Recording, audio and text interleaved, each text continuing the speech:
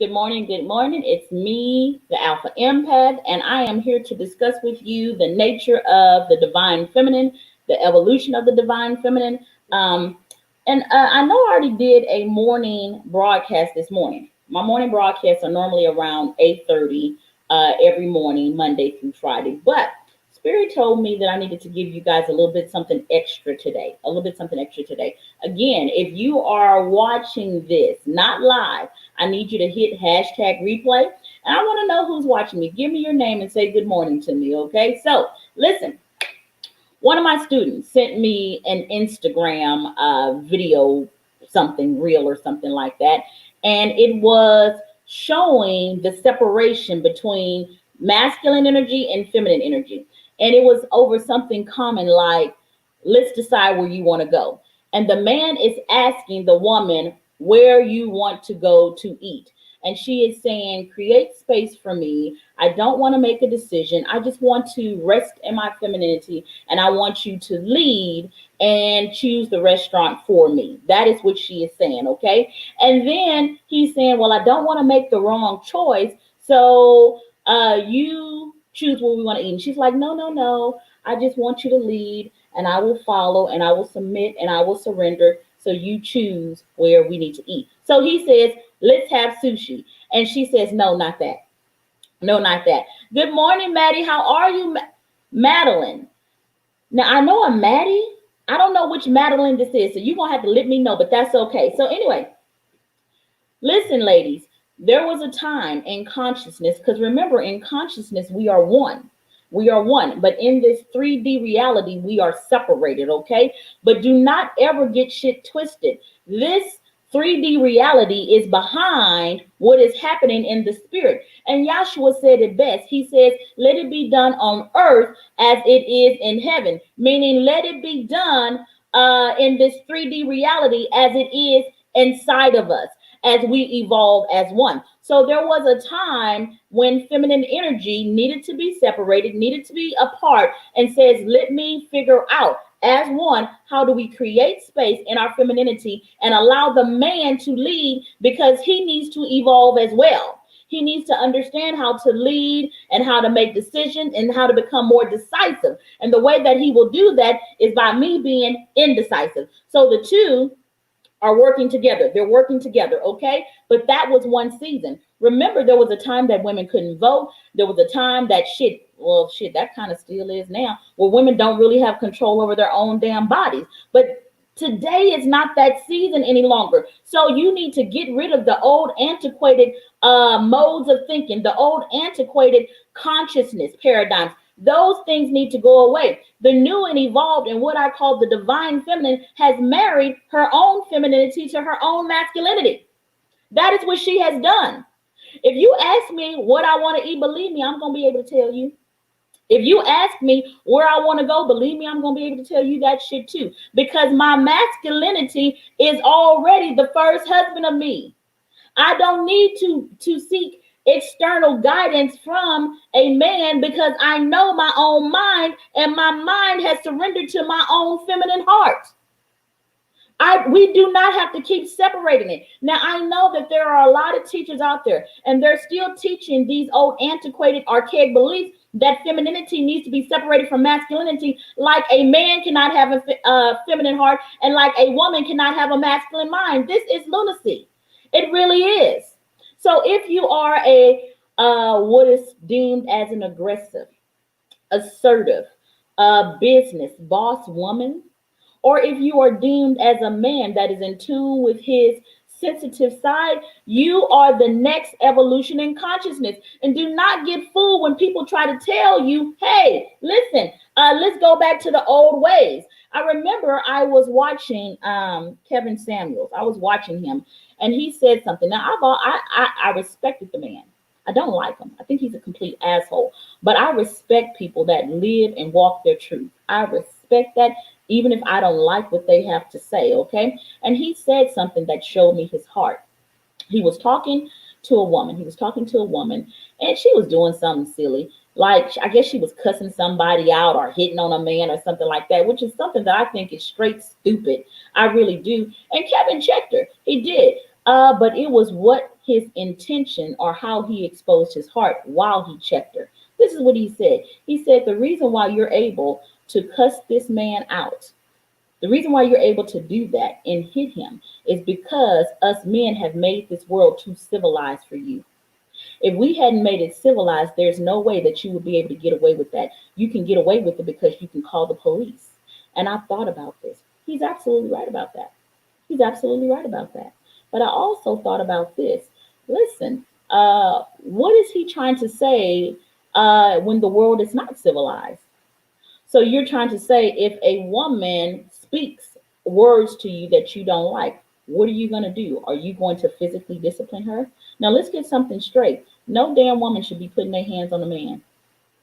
And if you put your hands on my son, I'm going to tell my son to defend himself by like kind of mobilizing you. But if you get too out of hand, I'm going to tell my son to punch your ass in the fucking face. That's what I'm going to do. So I don't believe in that. A woman can't just get away with any goddamn thing just because she a goddamn woman. If you want to act like a man, you're going to get fucking bodied like a goddamn man, okay? However, but let's get back to what he was saying. He is saying men have lost control over women because they have civilized this place, and a woman is now able to speak her truth without regard or without fear of how a man can physically harm her. That exposed his fucking heart. That exposed his motherfucking heart. Listen, ladies, if you are a woman, do not get caught up into these schools of thought, these ideologies that say in order to be attracted or in order for a man to see you as a woman that he can be attracted to, you cannot be masculine. It's not true. Let's go to the Bible. Let's go to the Bible because a lot of times when I ask my students, what do they consider to be a good man? They say patriarchs within the Bible because I come from Christianity, so I deal with a lot of women that are in Christianity, okay? So they'll say men like Abraham, men like David, men like Solomon, men like Paul, men like Isaac and Jacob and stuff like that. Well, let's get something really clear here. Let's talk about the type of women that these men chose. These men that are considered righteous by so many pastors, by so many churches, by so many believers. They consider Abraham, Isaac, Jacob, all these men righteous, right? Let's talk about Isaac. Let's talk about Isaac. Isaac married a woman by the name of Rebecca, okay? Now, Isaac was seen to be or known to be a righteous man. That is what the scripture said. I ain't said it, the goddamn scripture said it, okay? So he's considered to be a righteous man. But let's talk about the woman that he married. Let's talk about her.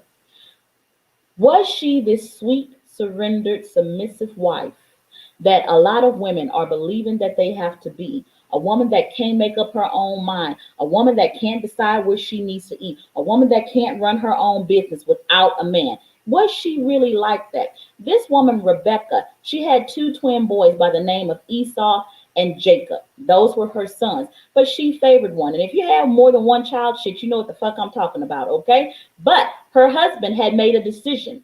He said that Esau is my firstborn, and the birthright and the inheritance goes to Esau. He had made a decision.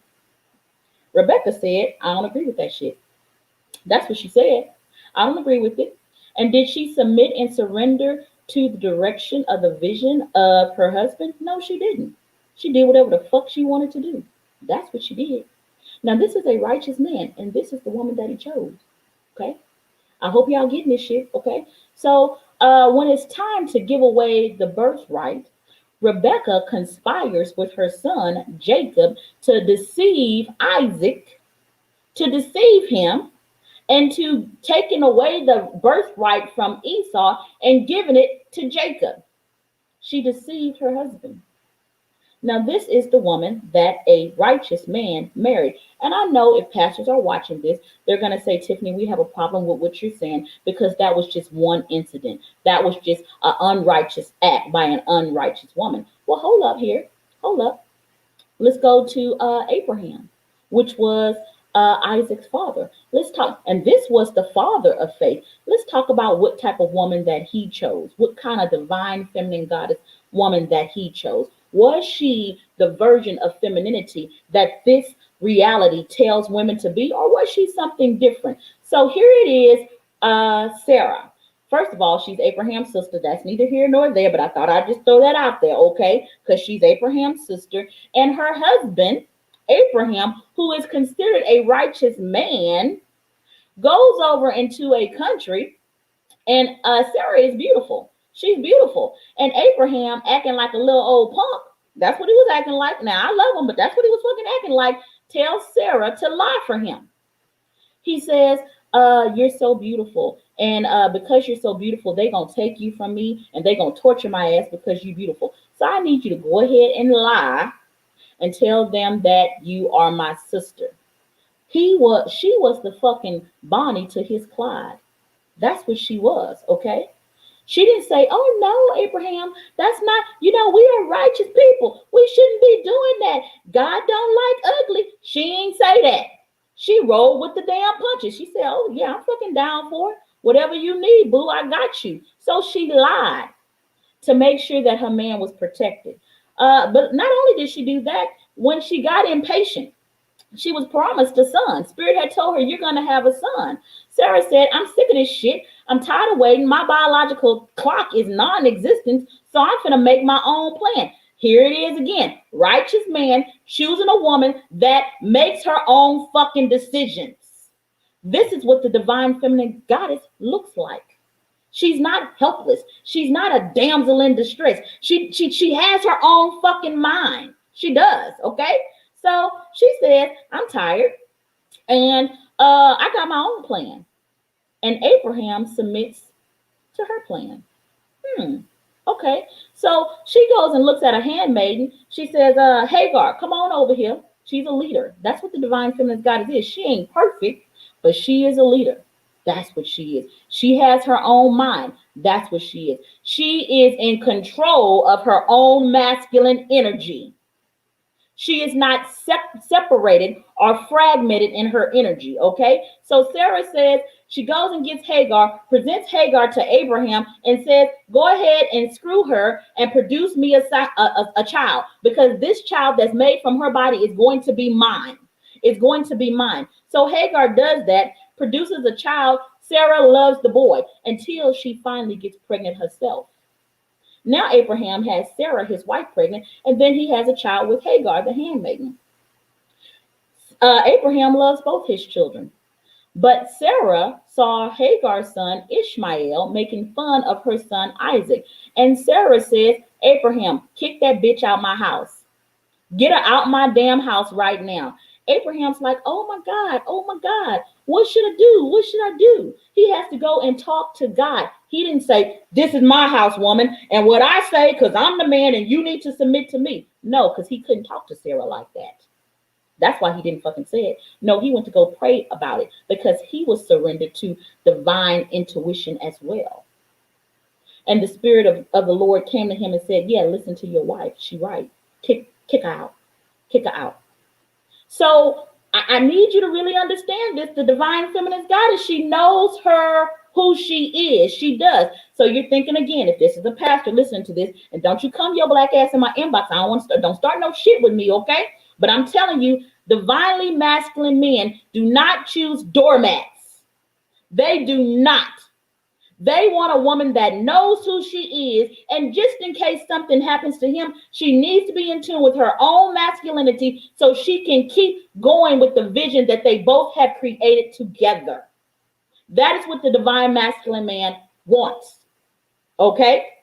So you're thinking, oh, that was just Sarah and that was Rebecca. Well, let's talk about Jacob, okay? Let's talk about Jacob. He had two women. He had one named Leah and one named Raquel.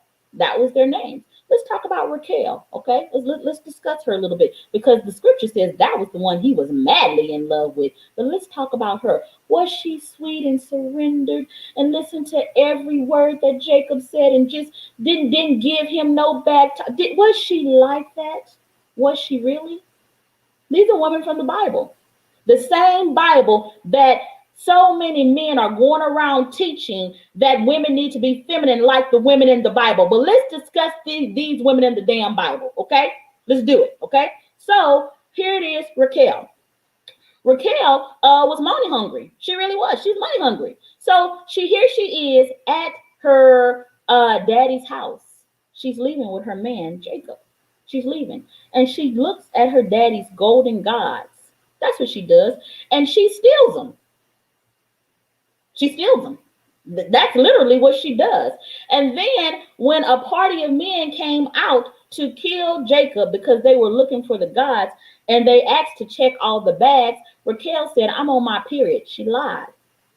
Don't check these bags. That's what she said. And this is the woman that Jacob chose, the one that he was madly in love with. Look at her. Look at her nature. Not perfect. She has her own mind. Now, eventually, as women keep evolving, that that nature in them will evolve until it's more stable and it's not so erratic. Okay, but I'm helping you to see that the divine feminine goddess always has masculinity within her. She always does. Don't ever forget that.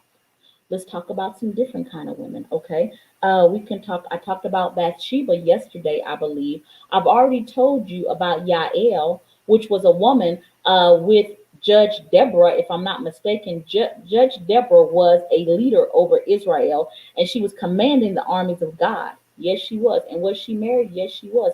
But she was leading platoons of men.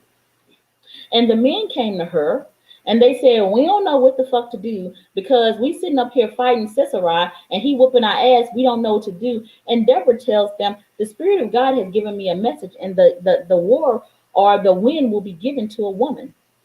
There was a woman by the name of Yael. That was her name, Yael. And Sisera, the general who was fighting Israel, was tired and he was fleeing. And he went into her tent. And the scripture says that she gave him some milk and cookies and covered him. She covered him. And as he was spent, she took a tent peg and a hammer and drove it through his head. Did she ask her husband? No. She did whatever the fuck she felt intuitively led to do. Now I know I'm gonna start some shit with this, but I don't care because there are too many women that have masculine energy and they're being ostracized by society. Listen, ladies, you guys are pioneers. That's what you are. You're trailblazers.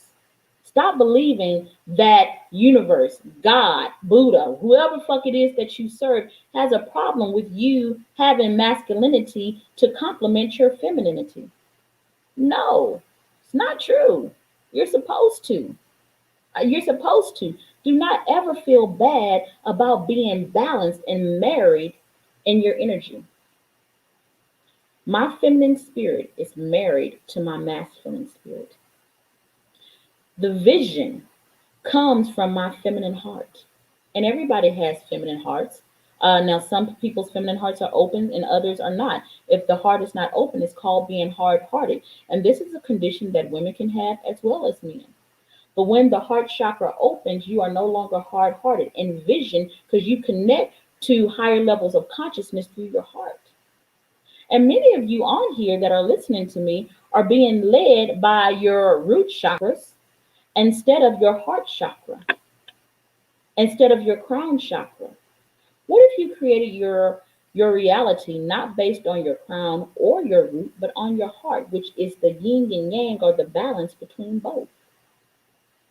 The crown represents the masculine and the root represents the feminine. But when you combine them both together, you get the fucking heart. Ladies and men, do not stop separating your fucking energies, man. You are whole all by yourself. Now, that doesn't mean that you cannot love a man or love a woman. You can be married, but you can be whole and be married.